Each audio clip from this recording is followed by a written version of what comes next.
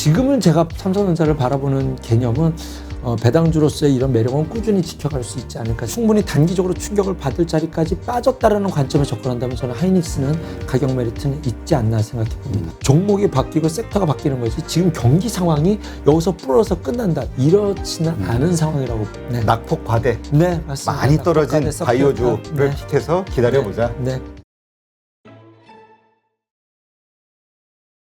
IBK 투자증권의 함정남 차장님 모셨습니다. 안녕하세요. 네, 안녕하세요. 네, 오늘 처음 뵙는데요. 네.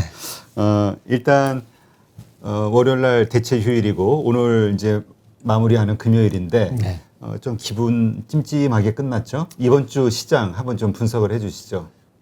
반도체 순환 시대 한 주였다. 순환 받을 수밖에 없었던 한 주였다. 거기에는 이제 외국인 수급에 공격이 있었죠. 그래서 오늘 장 마치고 바라보니 결국은 오늘 어마어마한 물량의 매도가 있지 않았습니까? 그렇죠. 그런데 그 매도가 다 삼성전자, 하이닉스, 그다음에 삼성전자 우선주가 다 몸으로 이들로 다 전가가 되었다라는 점이 그나마 다행스러운 점은 다른 섹터로서의 확산은 아니구나라는 것을 이제는 이번 주중 시간을 통해서 모든 투자자들이 알게 인지를 할 것이기 때문에 결국은 반도체, 삼성전자, 하이닉스의 짐이었다. 이렇게 생각이 됩니다. 네. 그러니까 이게 반도체, 삼성전자, 하이닉스 개인 투자자들이 워낙 많잖아요. 네. 이런 분들이 정말 한국 대표주로서의 어떤 긍지와 어떤 신뢰를 갖고 이걸 보유하고 있었는데 오늘 날벼락을 맞은 느낌이라는 표현이 나올 정도예요. 네. 사실 그 부분이 좀 화근이었던 것 같아요. 외국인의 올해 1년 동안 매매 패턴을 보면 삼성전자 계속 팔았거든요. 네. 그러면 제 느낌에는 CD 매매한 것 같은 느낌이 들어요. CD 매매가 이제 계속 분할해서 파는 거잖아요. 그래서 조금씩 계속 좋은 가격에서 팔다가 마지막 물량을 팔 때는 주가를 꺾어버려야 되거든요. 그래야지 내가 매도 단가가 상당히 위에 있기 때문에 마지막에 주가가 꺾여서 내려야지만 본인이 유리한 스탠스에서 재매수를 하더라도 유리한 스탠스에서 잡아갈 수 있다라는 점이 좀 시장에서 반영이 되고 있다라는 점. 여기에 사실 삼성전자만의 문제는 아니죠. 지금 글로벌 반도체 기업들이 다들 좀 미끄러지고 있는데 우리는 거기에 이제 반도체 섹터의 비중이 지수에 차지하는 영향이 너무 크다 보니 그리고 외국인 매도 규모가 이래 본 적이 없었던 사이즈다 보니 상당히 충격파가 클 수밖에 없었는데 어쨌든 그 영향력은 삼성전자, 하이닉스, 삼성전자 우선주가 오로지 담당을 했다. 그럼 반대로 이런 생각이 좀 듭니다. 제가 생각한 것처럼 CD 매매가 맞다면 올해 외국인이 작정했던 물량이 분할 매도라고 생각하시면 됩니다. 네. 외국인들이 매도하려고 작정했던 물량이 예를 들어서 40조라고 한다면 지금 계속 30조를 팔아놓고 마지막 10조를 밀어버린 거잖아요. 그럼 이번에 나올 매물을 거의 다 소진했다. 네, 소진해가는 마지막 단계이겠구나. 이 단계 속에서 지수가 한번 충격파를 받을 텐데 이것이 삼성전자로만 오로지 다 감당하게 된다면 이후에 다른 종목들은 생각보다 건전한데 오늘도 실제로 바이오랑 2차전지는 좋았지 않습니까? 그래서 이 이후의 시장은 좀 빠르게 다른 섹터군들에서는 빠르게 좀 안정을 찾아갈 수 있지 않을까 생각이 듭니다. 네. 그렇다면 이 삼성전자와 하이닉스를 들고 있는 주주들 입장에서는 이게 계속 더 하락할 것이냐 이게 불안스럽잖아요. 혹은 네. 이제 반등해 줄 것이냐 네. 이거에 대한 사실 9만 전자, 10만 전자 기대하던 분들이 지금 7만 전자 돼버린 게 충격이죠. 네, 그렇습니다. 삼성전자를 바라보는 뷰는요. 삼성전자를 대부분 다 장기 투자를 할 수 있는 의지를 갖고 있으신 분들이 저는 포트를 담기 시작했다라고 저는 생각을 하거든요. 제 고객분들도 마찬가지고요. 그리고 이제 제가 바라보는 삼성전자는 앞으로 그러면 언제 오를 것이냐라는 부분인데 저는 글쎄요라고 말씀을 드릴 수밖에 없을 것 같아요. 반도체 섹터가 언제 들어올지는 모르는 거죠. 이제 막 수치해 보면 어떤 의견은 좋다, 어떤 의견은 맞다라고 하는데 기본적으로는 디램이 쓰이는 이것에 대한 수요단이 정확하게 집계가 어떻게 될지는 사실 스마트폰처럼 이렇게 가시적으로 나오는 게 아니거든요. 그렇죠. 제가 대표적으로 보는 건 데이터 센터인데 데이터 센터가 얼마만큼 기업들이 투자할지는 이제 앞으로 클라우드 시대고 미래 시대에 데이터 서버 센터, 서버 증설은 당연할 건데 이것을 꼭 내년 상반기에 해야 될지 1년 이후에 해야 될지는 아무도 모르는 거지 않습니까? 그래서 지금은 제가 삼성전자를 바라보는 개념은 조금 배당주로서의 매력은 있고 그래도 안정감을 갖고 적금식으로 꾸준히 사 모아가는 데는 적합한 주식일 수 있지 않을까. 이왕 맞은 자리에서 좀 아픈 소리이긴 하지만 그래도 배당주로서의 이런 매력은 꾸준히 지켜갈 수 있지 않을까 생각은 듭니다. 하지만 또 지금 가격대라면 충분히 매수해야 되는 어떤 그런 저가 구간 네. 아니냐 이런 얘기들도 있어요. 어제 손님이 전화 오셨었어요. 이제 기다리던 함치장이 얘기했던 그 시그널 나온 거 아니야? 다시 말씀드렸습니다. 배당주를 사시겠다라고 한다면 배당의 매력으로 사시겠다면 제가 삼성전자를 사드릴게요. 많이 빠져서 사시겠다라고 하시면 하이닉스를 사드리겠습니다라고 했습니다. 단기 낙폭카드는 확실하게 하이닉스가 있어 보이기 때문에 그렇다고 지금 이 정도까지 매도 공격이 나왔는데 내일부터 산다, 뭐 다음 주부터 바로 산다 이렇게 전환되기는 쉽지 않을 것 같아요. 이제부터는 시간에 대한 어떤 조금 소지는 필요할 수밖에 없는 영역으로 진입했는데 뭐 영원히 이 가격일 수밖에 없다 그렇게 말할 수 있는 자리는 아니고 충분히 단기적으로 충격을 받을 자리까지 빠졌다라는 관점에 접근한다면 저는 하이닉스는 가격 메리트는 있지 않나 생각해 봅니다. 단기 트레이딩 개념으로. 네, 그렇습니다. 네. 자, 그렇다면 이제 다음 주에 대한 시장 흐름을 좀 생각해 볼까요? 월요일 날은 이제 대체 휴일이고요. 이후 화요일부터 어떤 모습이 펼쳐질까? 오늘 더군다나 이 금요일 그리고 월요일이 또 치니까 이 안에 미국을 비롯해서 어떤 일들이 벌어질까 불안해가지고 더 이렇게 매도할 수밖에 없었던 분들도 있거든요. 네. 일단은 마이크로 주가 어떻게 되는지 한번 확인해 봐야 돼요. 오늘 밤과 그다음에 월요일 밤도 봐야 월요일 될 또 정도로 그러네. 화요일을 봐야 될 테니까 그래서 그것이 반도체를 좀 브레이크를 걸 수 있는 이런 시장 분위기가 만들어질까라는 것에 대해서 이제 마이크론 주가를 대표적으로 봐야 될 것 같고요. 그 외에는 오늘 장 끝나고 수급 체크하신 분들은 이제 다들 아셨을 거예요.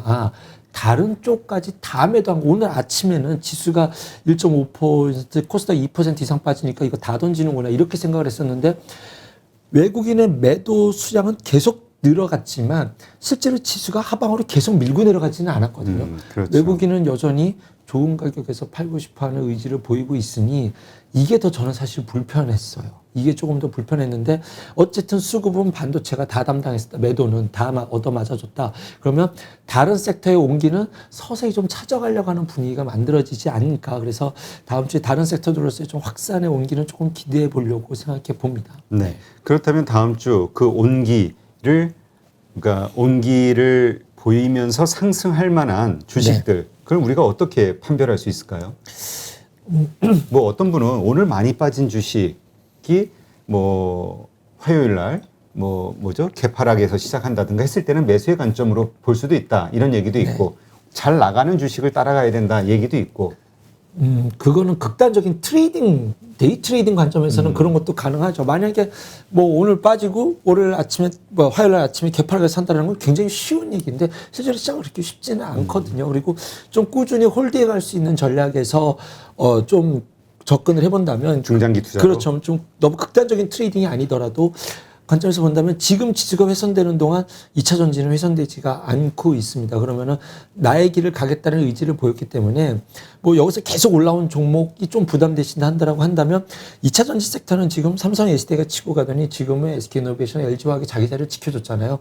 이 대장 3대장이 번갈아가면서 지켜준다라고 한다면 요 안에서 트레이딩해서 단기 트레이딩을 한다 하더라도 먹거리들이 계속 나올 수 있는 섹터라고 저는 생각이 되거든요. 그래서 지금 이 시장에서 본다라고 한다면 다음 주 내에도 트랙이 됐든 조금 더 긴 호흡으로 이왕 샀다가 들고 가는 전략이 됐든 2차 전지와 바이오라고 저는 생각이 듭니다. 2차 전지와 바이오. 네. 그렇군요. 자, 그렇다면 일단 그 세부적인 이야기는 좀 차후에 하고요. 일단 단기 시장 상승이냐 하락이냐 뭐 결국 외국인에게 달려 있는 거긴 하겠지만 어떠한 것들로 우리가 그 방향성을 좀 짐작할 수 있을까요? 일단은 투심이 안 좋아진 것은 사실입니다. 그렇지, 어쨌든지 간에 이렇게 큰 형이 얻어맞는 것을 봐버렸으니 개인 투자자들의 투심이 안 좋아진 것도 사실이고 자금이 다 개인들이 다 받았다는 뜻이잖아요. 그렇죠. 대기 매수세라고 얘기했었던 우리가 그 고객 예탁금이라는 것이 지금 사실 크래프톤 그다음에 카카오백을 상장하면서 많이 이탈을 한 부분과 개인들의 영향력이 축소될 수밖에 없습니다. 다 삼성전자 쏠려 들어가 버렸기 때문에 이제는 이제 좀 소형단에서의 어떤 극심한 테마 매매 좀 요런 분위기가 되지 않을까라는 생각은 하되 어쨌든 지수단에서는 조금 불편하더라도 외국인이 2조 넘게 팔았는데 지수가 1.5%면 선방한 거라고 저는 생각이 들거든요. 그래서 지수 자체에 많은 의미를 부여하지는 않을 것 같고 어쨌든 수급정에서는 이제 좀 확산되느냐 마느냐는 결국 환율을 좀 지켜봐셔야 되지 않을까. 결국은 수급 싸움이다. 수급이 결과로 보여지는 지표는 환율이라고 보시면 되지 않을까 생각이 듭니다. 환율이 지금 조금 불편한 자리까지 와 있는데 1170원 가까이 됐니까. 네, 그렇습니다. 그래서 이러다가 1200원 돼버리면 그때는 진짜 일단은 대피를 해야 되는 영역까지 가버릴 수도 있으니 여기서 삼성도 이제 그만 매도가 좀 나올 때 되지 않았나 조심스럽게 기대를 해보는데 뭐 어쨌든 그런 것들을 복합적으로 상경해서 뭐 대부분 사람들이 얘기했던 것이 1200원이니까요. 수급에 대한 부분들이 환율로서 좀 증거가 돼서 나올 것이다. 이런 부분으로 체크해 보셔야 될 것 같고 아직까지는 지수에 대한 큰 흐름보다는 아직 온기가 다른 섹터가 깨지지 않았다라는 안도감이 일단은 반영이 될 수 있다라고 보는 거죠. 네, 그렇군요.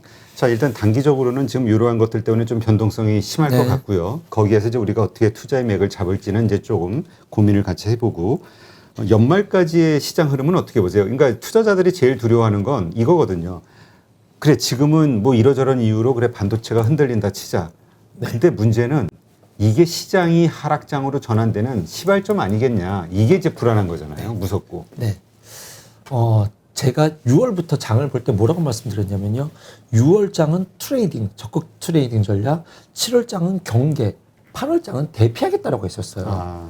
그런데 8월 초에 외국인이 이틀 동안 순매수가 있었잖아요. 지난주에. 거기에 저도 현혹이 안 될 수가 없었습니다. 지금 장은 트레이딩을 하겠습니다라고 했다가 물론 다른 섹터로 완전히 확산되지는 않았기 때문에 뭐 지금 당장 우리가 외국인의 매도 수량이 보여지는 것만큼의 타격은 사실 아니라고 생각이 듭니다. 포트폴리오를 꾸려놨기 때문에 뭐 저뿐만이 아니라고 지금 반도체만 올인하시는 분들은 없으리라 믿고 이제 좀 말씀을 드리면 자, 이 부분이죠. 외국인이 계속 매도를 하다가 한 번에 부러짐은 있어야지. 안 그러면 외국인이 여기서 다시 사서 지수를 올리면 외국인이 남존을 시키는 거잖아요. 그렇죠. 그렇지는 않을 거거든요.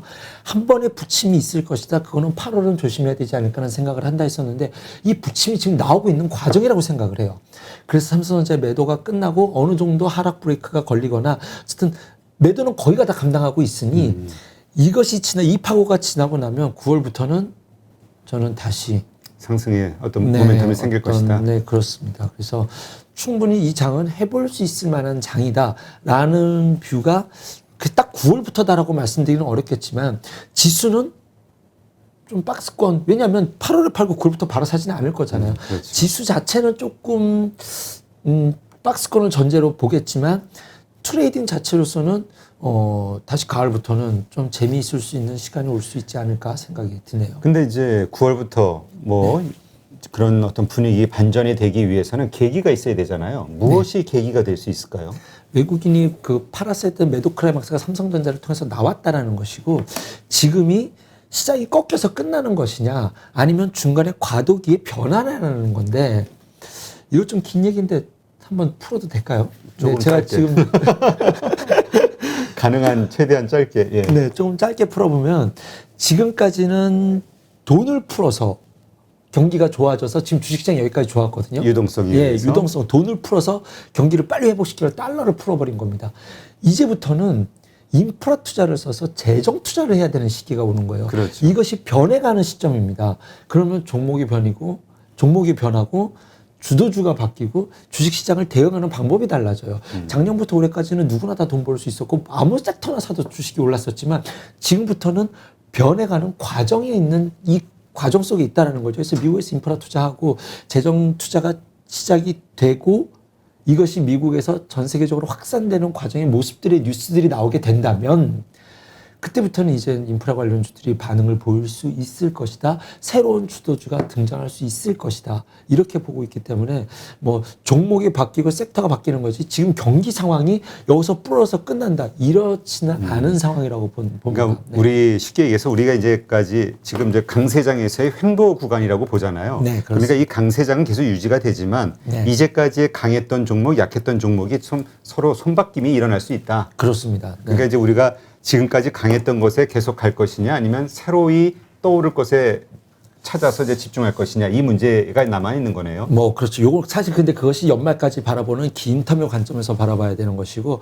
최근 1년 동안 굉장히 급격하게 올라왔잖아요. 앞으로는 시장이 변하는 것이 조금 장기적인 안목으로 시장을 바라보고 대응해야 되는 좀 그런 준비의 꽃밭을 가꿔야 되는 그런 시기가 지금 요 시점부터 가을 시점까지가 되지 않을까 생각이 듭니다. 그 얘기는 아직은 인프라와 관련해서 뭐가 이렇게 갈 것이다라고는 보지만 명확하게 어떤 것이냐가 아직 보이지는 않는다. 명확하게. 그렇죠. 미국에서 인프라 투자 상원 통과됐는데 이것이 조금 작아요. 임팩트가 떨어집니다. 그렇죠. 그리고 재원을 마련해야 되는 부분도 있고 실제로 집행되는 과정도 좀 지켜볼 필요가 있고 그래서 아마 추가적으로 미국 행정부는 저 느낌에는 추가 인프라 투자안을 또 빠르게 진행시키지 않을까라는 생각도 있는데 뭐 어쨌든 이거는 그때 가서 봐야 될 일이고 이것이 집행되는 과정 속에서 주도주가 서서히 바뀌어가는 과정. 사실은 지금은 주도주가 없어서 최근 1년에는 모든 섹터가 대형 주도주가 없잖아요, 지금. 그렇죠. 대형주 주도주가 없잖아요. 다 모든 섹터가 최근 1년 동안은 다 올라갔었기 때문에 그렇지만 이제부터는 주도주를 만들어가는 과정 속에서의 변화는 진통이 지금 겪고 있는 이 과정 속이다라고 보고 있는 겁니다. 네. 그렇다면 우리가 이 과정에서 그러니까 8월 이 한 달을 통해서 차기 하반기에 상승할 수 있는 주도주 이게 어떤 것이 될 것이냐를 계속 찾는 노력을 해야 된다. 이렇게 봐야겠네요. 조금 긴 호흡으로 대응할 수 있는 마인드 컨트롤부터 일단 중요해야 돼요. 왜냐하면 그러니까 장기 투자. 네, 그렇습니다. 안 그러면 지금 워낙 1년 동안 높은 수익을 냈기 때문에 이 수익을 또 얻고 싶은 자꾸 여기 유혹이 흔들릴 수밖에 없거든요. 그래서 일단은 지금 시장에서는 2차 전지와 바이오 트레이딩 하겠다라는 관점으로 보고 있고요. 사실 인프라 투자로 변할 수 있고 그런 일이 벌어질 수 있으니 마음의 준비를 하고 그쪽 뉴스에 대한 관심을 갖고 지켜보자라는 관점으로 보시면 되겠습니다. 네. 자, 그렇다면 바이오 그다음에 그 2차 전지 뭐 이렇게 말씀을 하셨는데 바이오 같은 경우는 워낙 그러니까 약간 그 순환매 개념의 성격이 강하잖아요. 테마. 근데 이제까지 보면은 이 테마의 유효 기간이 너무나 짧았잖아요. 며칠 만에 끝나기도 하고. 그러니까 지금 바이오 좀 모습이 좋은데 지금 들어갔다가 오히려 물리는 거 아니야? 이런 걱정하는 분들도 있단 말이죠. 이거는 철저하게 종목별 차트 대응하셔야 되는 겁니다. 바이오 섹터는 그냥 바이오라고 해서 다 좋은 게 아니라 맞습니다. 바이오 안에서도 엄청나게 세분화됐잖아요. 뭐 바이오만으로도 순환매 돌 수 있는 테마가 신약부터 진단 개발 키트서부터 많이 있죠. 그렇죠. 뭐 백신, 치료제도 있고 백신도 있고 여기에 이것과 별개로 있는 면역 항암제, 표적 항암제 다 지금 뭐 다 없어진 거 아니거든요. 여기에 줄기세포까지 포함돼 가지고 각기만의 자기의 매력으로 갈 수 있는 종목들의 군에서 이제 이럴 때 수급이 개인 투자자들의 이제 좀 매력도를 왜냐하면 그동안 워낙 못 갔었기 때문이라는 점과 개인들이 오갈 데 없는 개인들이 이제는 빠질 만큼 빠졌던 자리에서 오늘 HLB 올랐거든요. HLB가 이제 뭐 왜 올랐다 뭐 이렇게 접근하시는 많으셨으면 좋겠습니다. 그래서 철저하게 차트 대응을 하셨으면 좋겠고 일단은 큰 마티형들이 좀 움직이고 있다는 점에서 SK바이오사이언스가 앞서서 보여줬고 삼성바이오로직스가 굉장히 굳건히 지켜주고 있어서 뭐 삼성바이오로직스는 지금도 충분히 매수 가능하다고 보고 있고요. 이것이 이어지면서 셀트리온 3사가 지금 특히 이제 코스닥에서는 헬스케어랑 셀트리온 제약이 좀 중요한 역할을 하고 있는데 이 두 종목이 좀 잘 지켜내 준다라고 한다면 그래서 외국인의 매도에 대해서 코스닥은 그래도 좀 덜 피해를 얻을 수 있으니 이쪽은 해볼 만한데 분위기가 조금씩 확산되어 간다면 왜냐면 올해 계속 코스닥이 좋았거든요. 이런 분위기가 이어진다고 한다면 바이오 안에서도 종목별 트레이딩은 충분히 가능할 수 있는 시장이다. 그러면 그 말씀은 그 바이오라는 섹터 내에서의 그 여러 가지 또 이제 나뉘잖아요. 분류가 나뉘는데 그 분류마다 서로 순환매가 돌 수 있다. 이런 관점이신 건가요? 순환매가 모두 다 올지는 모르겠습니다. 하지만 제가 그래서 말씀드리잖아요. 이거는 차트 대응을 하셔야 되는 것이고. 그러면 차트 대응이라는 거는 어떤 모습일 때 우리가 이걸 매수의 관점으로 지켜볼 수 있는 건가요? 많이 빠졌는데 거래 터지면 거기서부터 의심을 갖고 나의 영역에선 매수하겠다는 의지를 갖고 이제 접근하는 거죠. 근데 바이오주는 대부분 모든 섹터가 오랫동안 조정을 받아서 다 아래쪽에 와 있잖아요. 지금 바닥 그러니까 상당히 많은 조정을 했는데 그러면 그러한 바이오주들 가운데서 최근에 거래량이 터진 곳 이곳을 이제 좀 관심 있게 보자. 거래량 이거는 차트를 바라보는 것에 대해 기본이잖아요. 그래서 거래량이 터지고 그 이후에 더 갈 수 있는지 없는지 나의 영역이 오는지 안 오는지 차트엔 정답이 없습니다. 내가 잘 맞는 차트를 찾아가는 거지 나랑 궁합이 잘 맞는 차트가 있거든요. 그래서 바이오 안에서는 이런 기술적인 종목들이 뜰 수 있는 그런 환경이 좀 만들어지지 않을까라고 하는 거지 바이오 안에서 트레이딩을 하자라고 이렇게 이해하셨다고 한다면 바이오 안에서 모든 섹터가 좋아진다. 이렇게 받아들이기는 좀 어려울 것 같아요. 그러니까 그런 바이오 가운데서 좋아질 만한 많이 네. 조정을 받고 네. 최근에 거래량이 트고 해서 네. 여러 가지 우리가 상식적으로 좀 반등할 수도 있겠다 보이는 여러 네. 지표들을 보면서 네. 뭐 거래가 차트 중심으로 보고 네. 종목을 픽을 하자. 그렇게 말씀하시니까 상당히 어려운데 그러니까. 더 어려워지는 것 더 같습니다. 어려워요, 네. 그래서 그냥 뭐 본인들이 매매 대응하실 수 있는 차트법은 다들 어느 정도 아시라 생각됩니다. 그래서 그 안에서 바이오가 이만큼 빠졌으면 한번 온다면 뭐 얼마나 더 빠지겠니? 네가 여기서부터 빠진다면 이런 관점이 바이오를 트레이딩을 해볼 수 있는 섹터로는 담아보겠다는 기본 마인드인 거죠. 네, 그렇다면 그냥 우리 편하게 네. 낙폭 과대 네, 맞습니다. 많이 떨어진 낙폭 과대 바이오주를 네. 픽해서 기다려보자. 네. 이게 더 이해하기가 쉽겠네요. 네, 알겠습니다.